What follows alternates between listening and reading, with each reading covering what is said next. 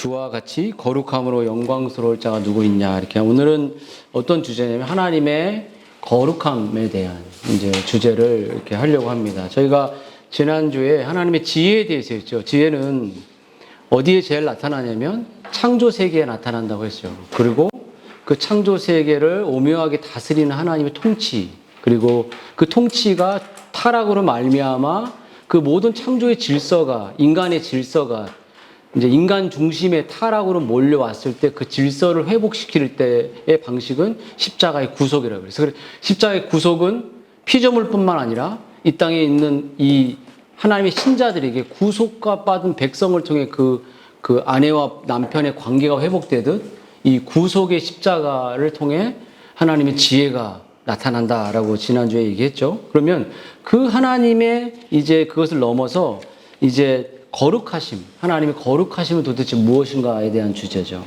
거룩하심은 소극적인 의미와 적극적인 의미가 있는데요. 소극적인 의미는 분리된다는 것, 죄로부터 악으로부터 분리를 의미한다면, 거룩함은 적극적인 측면은 분리된 신자가 순결함으로 살아가는 것을 말해요. 순결함으로. 이제 그것을 이제 이야기를 하려고 합니다. 여러분, 거룩함의 소극적인 측면을 우리가 분리라 그랬죠. 뭘 보죠? 죄로부터의 분리. 하나님을 위한 삶으로부터 당신의 백성을 분리시키는 겁니다. 왜냐하면 죄에 빠진 인생들이 하나님의 영광을 위해 살지 않는 것처럼 분리시켜요.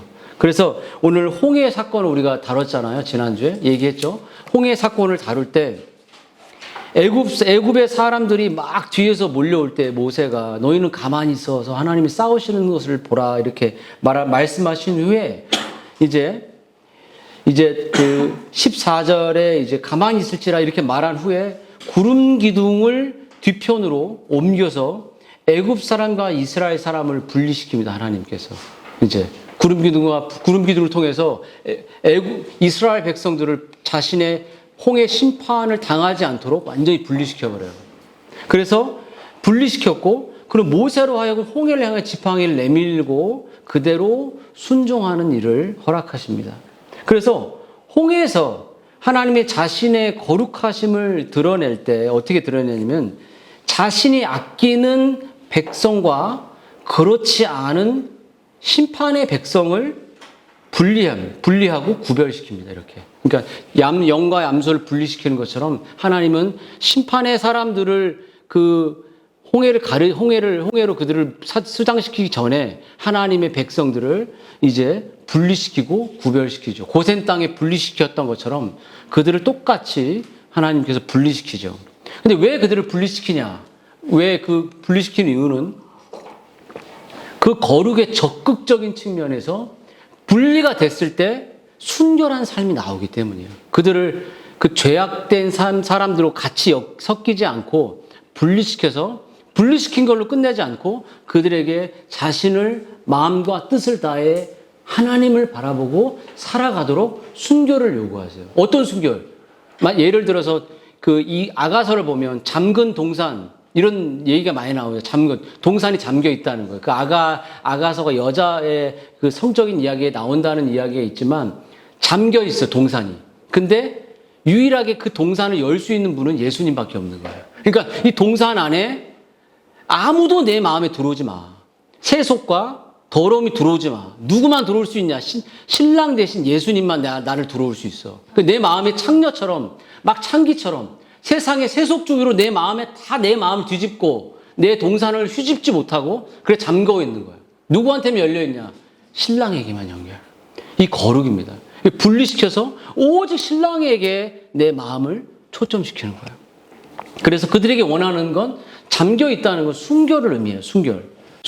그래서 하나님의 영광 가운데 나타나셔서 그 영광의 후광을 보여주고 그러면서 자신의 그 이스라엘 백성들이 순결하기를 원하셨죠. 그래서 이 에드워드는 이제 하나님의 그 영광을 경험하면 영광을 맛보면 다른 걸 먹지 못한다고 말했어요. 그 영광의 맛을 보니까. 그래서 이제 하나님은 구약과 신약을 통해 어떻게 거룩의 의미가 나타났냐. 그러면 그렇게 구약을 통해서 이스라엘 백성들 구별시키면 구약의 율법을 통해서 하나님을 순종하는 것을 통해서 이제 거룩을 나타내는데, 신구약에서의 거룩의 의미는 뭐냐라고 말할 때, 여러분, 이스라엘 백성들에게 하나님은 성막을 만들 때도 또 그 성소 안에 뭐 성소 뜰 뭐 이런 거 말할 때 다 몇 큐비 다 이렇게 규정을 주셨어요. 성소 안에는 대사장만 들어가게 했고, 또 그렇게 하나님께서는 되게 자신의 말씀의 율법의 말씀을 지키는 것으로 거룩을 이렇게 이스라엘 백성들에게 명령하셨다면, 이제 신약에서도 예를 들어서 우리 주님께서 하나님을 거룩하신 아버지라고 불렀습니다. 이것은 하나님의 거룩하심에 대한 최고의 가르침인데요. 하나님의 영광과 권능이 동등하실 뿐 아니라 아버지 하나님 품속에서 나오는 주님께서 하나님을 거룩하신 아버지라고 불렀어요. 그리고 사도행전 4장에 보면 거룩한 종 예수, 거룩하신 이렇게 예수님과 하나님을 다 거룩한 분으로 말합니다. 그러면 중요한 게 신약과 구약에서도 하나님과 예수님이 거룩하신 분이고, 홍해를 분리하셔서 이스라엘 백성들을 순교를 요구하셨던 그 하나님이 우리 거룩을 요구하실 때, 여러분, 이 거룩은 이제 분리하셨을 때 하나님이 우리에게 주신 것은, 거룩은 지식을 넘어서 우리의 삶 속에 능동적으로 경험되어지는 것이라고 우리 하나님께서는 말씀하시는 거죠.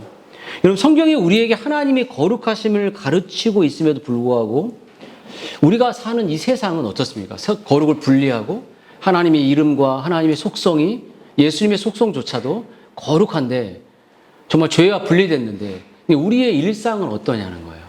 우리의 일상은 거룩하신 하나님에 대해서 아는 것이 별로 없어요. 경험적으로 아는 것, 지식적으로 아는 것도 없다는 것이죠. 여러분, 불신 세계에서도 말할 것도 없지만 신자들조차도 거룩하심에 대해 아는 게 없어요. 엄마 아빠를 볼 때 무서울 때가 있어요, 없어요? 무서울 때 있어요, 없어요? 가온이, 엄마 아빠 무서워, 안 무서워? 웃네, 안 무서운가 보다. 무서울 때가 있죠. 여러분, 하나님께서 우리의 본성을 새롭게 해주셔서 자신의 도덕적 탁월함을 우리에게 전달해 주지 않으시면 우리는 하나님의 거룩하심을 알 수 없습니다. 다시 말해, 중생하지 않고 거듭나지 않고서는 하나님의 거룩을 알 수가 없어요. 성경에는 우리에게 거룩함이 없으면 주를 보지 못할 것이다 라고 말했듯이, 여러분, 하나님 우리를 분리시키고 우리에게 순교를 요구하실 때 우리가 그 하나님의 거룩한 앞에 우리의 죄를 깨닫고 우리가 하나님의 심판과 하나님의 은혜를 동시에 경험하게 될 때 인간의 영혼은 거듭남의 은혜를 경험하게 됩니다. 그때 여러분, 왜 대다수의 사람들이 하나님의 거룩하심을 관심이 없고 거듭나지 못하는 이유가, 근본적인 원인이 뭐냐면, 여러분, 많은 사람들이 하나님의 거룩함과 전혀 관계없는 삶을 살고 있기 때문인 것도 있지만 하나님의 거룩하심을 거부합니다. 그들은 거룩함으로 예배하지 않죠. 예배를 자신의 원하는 방식으로 취사 선택합니다. 그것은 거룩하신 하나님을 다른 방식, 다른 불로 예배합니다. 하나님이 정해 주신 예배의 로컬의 방식보다는 자기가 원하는 방식을 추구하죠. 거룩을 거부합니다. 여러분, 이 하나님이 이스라엘 백성들을 구별하고 순교를 요구하시는 신자들에게는 이제 거듭난 은혜를 얻은 신자들이 이런 삶을 사는데, 여러분, 죄는 어떤 거지? 거룩함을 살지 못하는 신자들의 삶에는 뭐가 있냐면 자기 중심성이 가득해요. 자기를 중심에 놓고 다른 것들을 다 그 아래 둡니다. 자기의 이성적, 감정적 이런 것들을 모든 판단 위에, 거룩보다 그 위에 둡니다. 그리고 자신의 이성과 감정이 동의가 되면 좋고, 동의가 안 되면 이제 자신의 의사를 표현하기 시작하죠. 여러분, 거듭나지 않은 죄인에게 진리의 판단은 진리로 그들을 거룩함을 요구하면 거북스러운 거예요. 그 거룩하신 하나님조차도 죄인들은 그 아래, 하나님 아래 두기 시작하죠. 여러분, 우리가 이스라엘 백성들 하나님이 분류하시고 온 인류의 거룩한 하나님밖에 없다는 그분은 그 거룩을 우리를 통해, 말씀을 통해 우리를 거듭나게 하셔서 자신의 거룩을 경험하게 하시고 그 거룩을 이 땅 가운데 이렇게 흘려보내게 하시는데, 중요한 것은 거룩을 경험한 사람들은 우리의 삶이 거룩한 삶으로 나아가게 되고, 거룩의 교제가 우리 안에 하나님과 거룩한 생명을 나누기 때문에 지체들끼리 거룩한 삶의 이 향기가 흘러가죠. 근데 반대로 거룩한 삶이 아닌 거듭나지 않은 사람들은 자신의 욕망과 욕심대로 살아갑니다. 여러분, 죄는 자신의 모습을 감추고 또 자존심을 가장 중심에 세워두죠. 그것은 죄의 꼭두가시에 불과한 것이에요. 겉으로 드러나는 것은 자기죠. 자아 실현을 한다고 하고 자기 발전을 위해 한다고 하지만 사실은 욕망을 추구합니다. 여러분, 궁극적으로 하나님의 영광을 올려드리는 거룩한 삶의 목적이지 않으면 우리 모든 삶의 것들은 다 죄악밖에 없는 것이에요. 그래서 오늘 하나님이 자신의 거룩을 드러내시는 이유는 분리시키는 것만 있는 게 아니라 자신의 거룩한 생명을 우리와 나누고 그 거룩한 생명이 공동체 안에 흘러서 그 생명을 나누는 데 목적이 있다는 것이에요. 오늘 우리가 살펴본 말씀도 있지만 출애굽기에 이제 출애굽 33장에 이제 말씀을 볼 때 이제 이스라엘 백성 하나님이 모세가 이제 그 하나님의 법궤를 가지려고 십계명을 받으려고 시내산에 올라가잖아요. 근데 시내산에 올라갔다가 하나님의 그 영광을 등을 보고 그가 내려올 때 이스라엘 백성들이 했던 게 뭐죠? 그것은 우상을 만드는 것이었어요. 여러분, 아론에게 뭐라고 말했냐면 우리를 위하여 인도할 신을 만들자 이렇게 촉구하죠.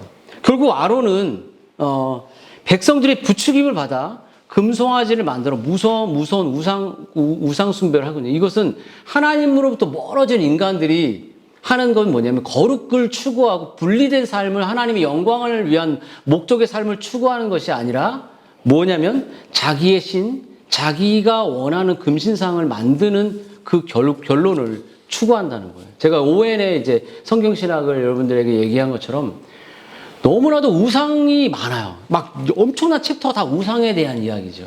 그리고 우상을 논박하는 이야기가 왜 이렇게 지겹도록 많은가 볼 때 인간은 하나님과 멀어지면 자기 우상을 끝없이 만든다는 거예요. 자기를 만들고 끝없이. 그래서 근데 이제 이렇게 하나님이 거룩하도록 이스라엘 백성들을 분리하고 순결하고 자기가 생명을 나누는 삶으로 우리를 부르셨지만, 근데 놀라운 것은 하나님과 멀어진 이스라엘 백성들이 금신상을 만들었다는 거예요. 그래서 모세가 시내산에서 이제 하나님의 법궤를 받고 이제 내려왔죠. 하나님의 영광을 보며 40주야를 보내고 시내산에 내려온 모세에게 어떠한 현상이 나타났냐면 모세의 얼굴에서 하나님의 거룩이 나타나기 시작했어요. 하나님의 영광이, 빛이 자기도 모르는 사이에 나타나기 시작했어요. 그러니까 하나님은 모세를 구별했고 모세에게 자신의 거룩과 영광을 보여주셨어요. 자신의 성품을. 근데 본인도 모르는 사이에 구별된 그 모세에게 그 영광이 비추어지기 시작했다는 거예요. 근데 놀라운 것은 뭐냐면 그 거룩한 영광을 모세가 경험하고 이 땅에 내려왔을 때 우상으로 가득 찬 이스라엘 백성들을 보기 시작했죠. 그래서 하나님의 영광을 보면 그 하나님의 영광이나 하나님의 거룩의 특징이 뭐냐면 그 영광의 강체가 빛나도록 하나님을 닮은 일이 일어난다는 거예요. 그러니까 모세가 자기도 원하지 않은 사이에 하나님의 거룩함을 바라보고 하나님의 그 분리된 하나님의 영광을 위해서 살아갔던 모세에게 영광이 빛이 나기 시작했어요. 그렇죠? 근데 그 이스라엘 백성들이 영광의 빛이 나서 보지 못했어요. 근데 둘째는 금송아지를 섬긴 일로 하나님을 두려워하던 아론과 백성들은 모세의 얼굴에 비친 영광의 강체를 보지 못했습니다. 바라볼 수가 없어요. 보이는데 바라볼 수가 없었어요. 그 광채를 보고 즐거워하거나 그 광채를 보고 감격하거나 너무 두려워서 수건을 쓸 수밖에 없었어요. 그러니까 모세에게 가지고 있는 그 아름다운 영광의 광채가 타락한 이스라엘 백성과 거룩과 섞일 수 없었다는 거예요. 광채가 섞일 수 없어요. 그래서 모세의 얼굴에 수건을 싸서 반사된 하나님의 영광의 광채를 가리려 했는데, 이것은 그들이 모세의 얼굴에 반사된 하나님의 영광을 살짝이라도 봄으로 누릴 수 있는 은혜가 그들에게 없어졌다는 거예요. 여러분 안에 그 얼굴에 있는 그 광채가, 제 안에 어떤 하나님의 광채가 나타났을 때 여러분이 타락하면 그 광채를 볼 수 없어요. 그 영광을 느낄 수 없습니다. 그 영광을 누릴 수 없어요. 그냥 타락한 죄인은 그 영광을 바라볼 수 없는 것이 특징이에요. 여러분, 아론과 그 백성들은 두려워서 모세에게 반사된 하나님의 광채를 볼 수 없었듯이 그들은 왜 두려워했을까요? 왜냐하면 그들은 분리된 삶을 살고 있지 않았기 때문이에요. 하나님의 거룩과 예배를 위해서 분리된 삶을 살고 있지 않았어요. 금송아지를 섬겨 자기가 원하는 물질주의적, 자기가 원하는 쾌락주의적인 우상을 만들어놨기 때문이에요. 그들은 그 삶이 그게 자신 안에 있을 때 하나님의 거룩을 절대 볼 수 없어요. 여러분, 이 범죄는 악순환을 낳았고 두려움이 모세의 얼굴의 광채를 볼 수 없게 했고, 그래서 아론과 백성들은 거룩함을 입을 수 있는 변화를 누릴 수 없게 되었습니다. 여러분, 만약 우리가 죄를 진지하게 대하지 않고 죄를 사소하게 여기고 하나님이 이 죄로부터 분리시킨 두 분 속성 자체가 예수님과 하나님이 완전 죄로 분리된 그 삶, 우리의 삶이 하나님의 거룩이란 영광이란 목적으로 분리되어 살지 않는다면, 여러분, 어떠한 결과를 경험하게 되면 이 설교 안에서 흘려내는 그 어떠한 거룩한 영광도 맛볼 수 없을 거예요. 계속적으로 주일날 떠나면 우상만 섬기다 살아가게 될 겁니다. 계속적으로 30년, 40년, 50년을 살아도 하나님의 거룩을, 지체들에 나타난 거룩을 이해하지 못하고 나누지 못하고 그냥 자기의 감정과 자신의 아집과 자기가 생각하는 행복의 기준에 살아가게 될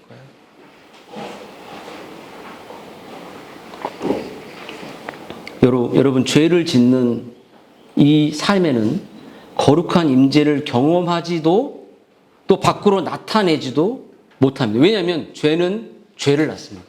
거룩은 거룩을 낳죠. 그렇죠? 그 죄를 그래서 가볍게 여기지 말라는 거예요. 그럼 여러분에게 교훈을 하고 이제 맞추는데, 하나님의 그 거룩한 속성에 대해서 제가 여러분 오전에도 말씀드렸듯이 여러분에게 이 하나님의 영광의 광채를 경험하지도 못하고 영광의 그 거룩을 지체들에게 나누지도 못하는 이러한 삶의 이 결국을 추구하라는 것이 아니라 하나님은 우리를 구별하셨다는 거예요. 죄로부터 구별하셨다는 거죠. 그 이유는 뭐냐면, 여러분이 그리스도를 닮은 최거룩한 삶의 최고봉이 되어야 돼요. 여러분, 교회 안에서 매일 주일 자석을 안고 은혜를 우리가 앉았을 때 은혜를 구하고 나아갑니다. 근데 여러분, 모든 사람들이 더불어 화평함과 거룩함을 따르라, 이것이 없으면 주를 보지 못한다라고 말한 것처럼, 여러분, 제가 여러분에게 19세기의 거룩한 사람 로버트 맥체인의 이야기를 좀 해주려고 해요. 여러분, 로버트 맥체인에게 용서받은 죄인이 도달할 수 있는 최고는 뭐냐라고 그러니까 누군가 물었을 때 로버트 맥체인이 뭐라고 말하냐면 거룩함에 이르고자 하는 사람이라고 말했어요.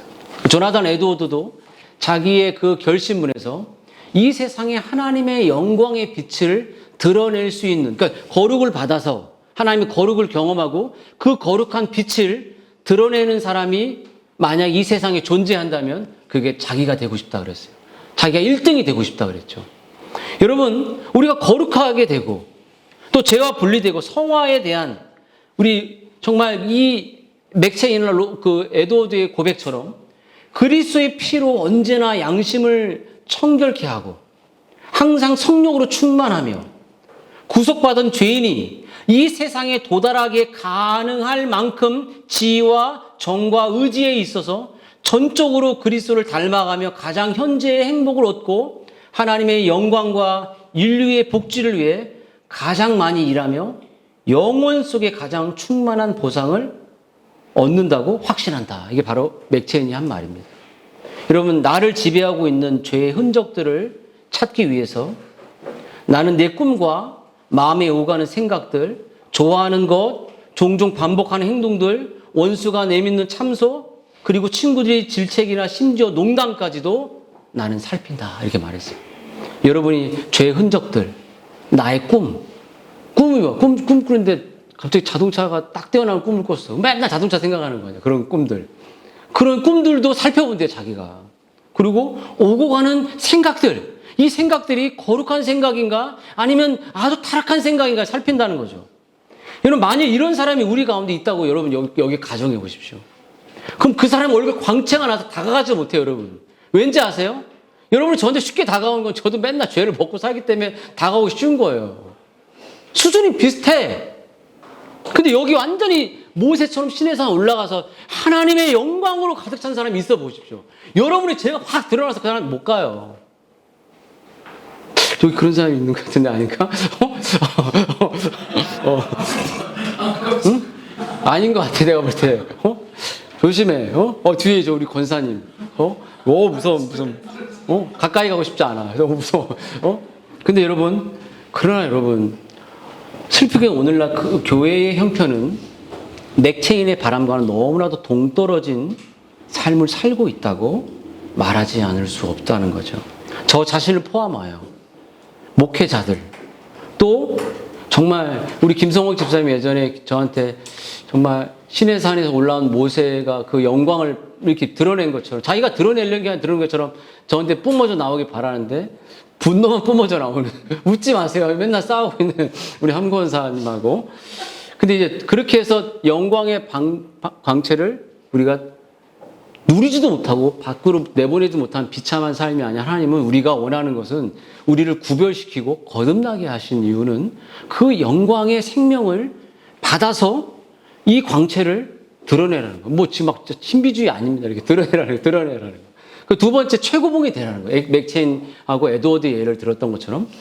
또 한 가지는 거룩함을 유지하기 위해 힘써야 돼요, 우리가. 정말 힘쓰십시오. 힘써야 돼요. 여러분, 모세와 같이 그 얼굴에 하나님의 영광의 광채를 드러낼 수 있다면 얼마나 좋을까요? 가정에서 남편에게 그 영광이 보이는 거예요. 아내에게 그 영광이 보이는 거예요. 아이들이 엄마를 볼 때 그 영광의 광채가 보이는 거예요. 거룩한 하나님으로 압도된 엄마, 거룩한 하나님의 임재로 압도된 아빠. 여러분, 헤르만 바빙크가 이런 얘기를 했죠. 제 사역의 가장 어려운 부분은 언제나 제 신앙과 고백을 이상적 수준까지 끌어올려 그 상태를 유지한다는 점입니다. 바빙크가 이런 말을 했어요. 언제나 거룩함을 유지해야 하며 기도와 감사와 권면과 위로를 하는 일에 준비되어 있어야 합니다.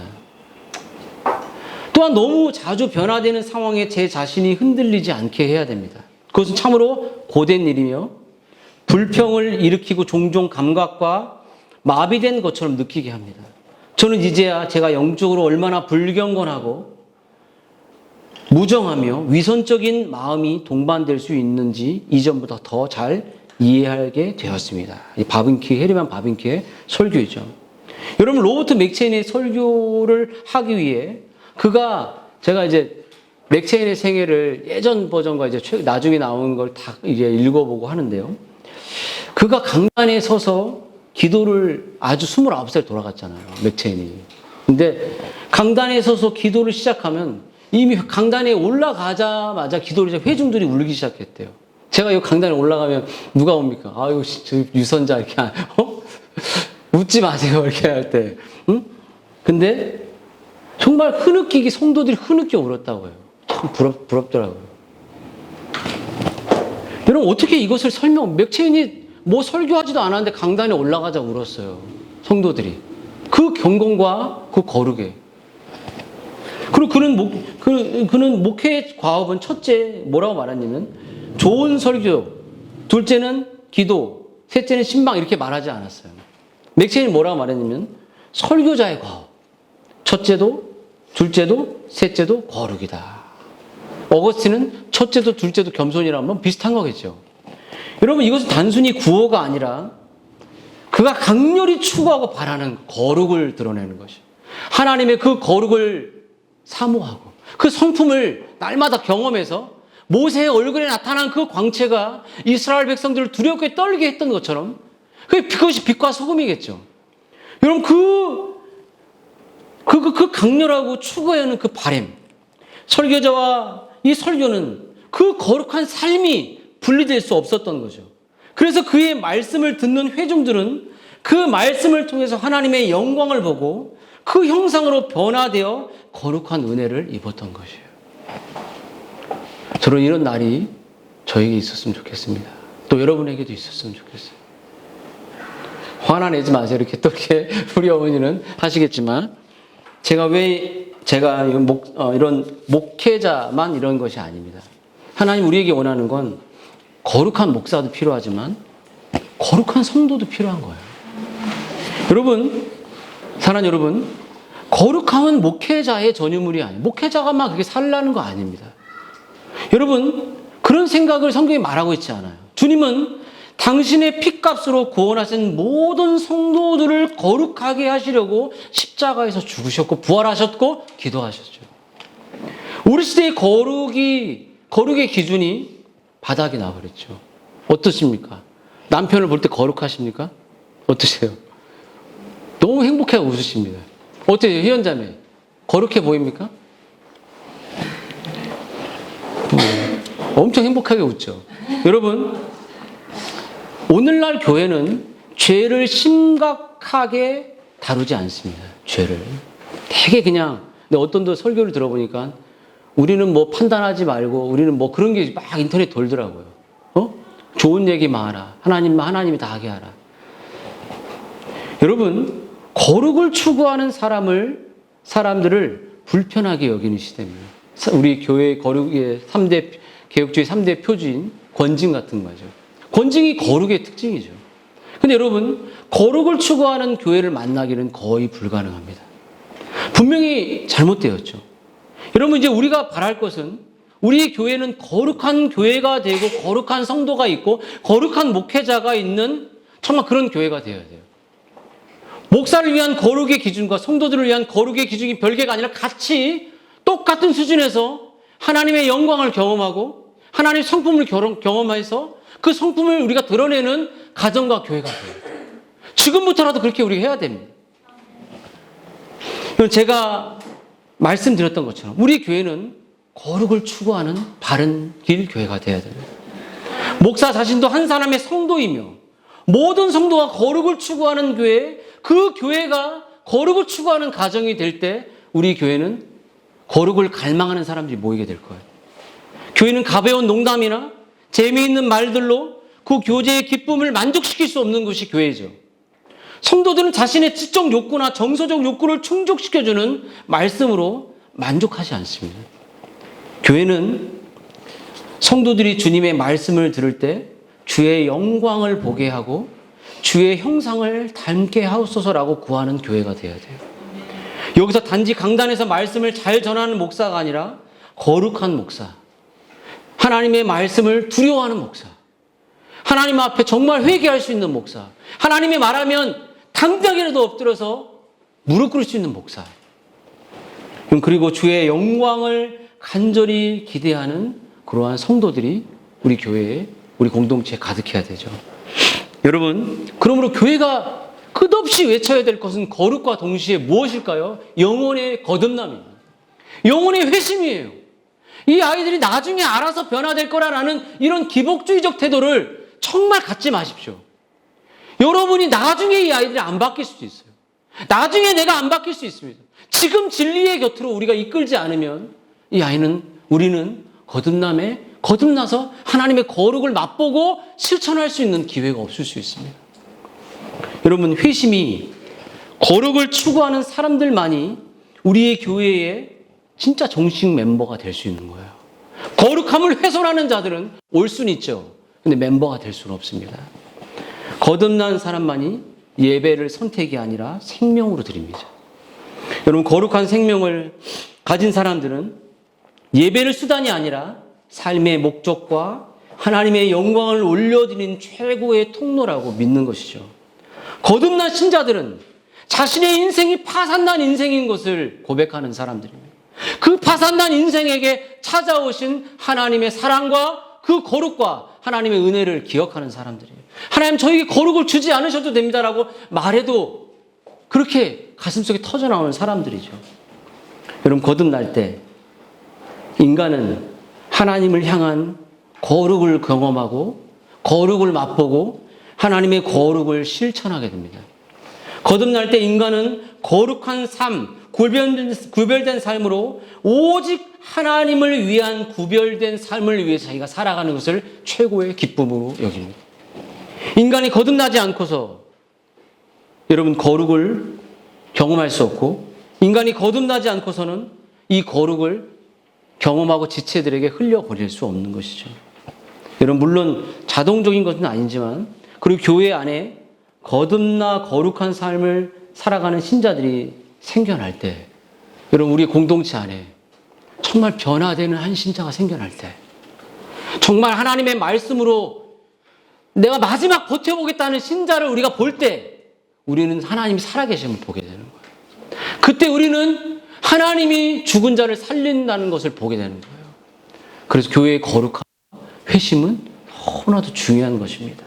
그래서 이런 것을 우리가 간구하고, 우리가 어머니의 회심을 놓고 기도하고, 우리가 우리의 가족들의 회심을 놓고 기도하고, 그 회심하여 그의 삶이 80대가 될지라도 그 순간 하나님을 위하여 70대가 50대, 40대일지라도 하나님의 영광을 위해서 내 삶을 드리고 싶다. 그것을 보면, 그것을 맛보면 다른 걸 다 맛보지 않게 되는 거예요. 이가 교회가 존재하는 목적이고, 교회가 그 영혼을 회심시키게 하는 통로가 되는 겁니다. 여러분, 하나님 거룩하신 분이에요. 우리를 분리하시고 자신의 거룩을 나눠주시고 그 거룩을 비추시길 원해요.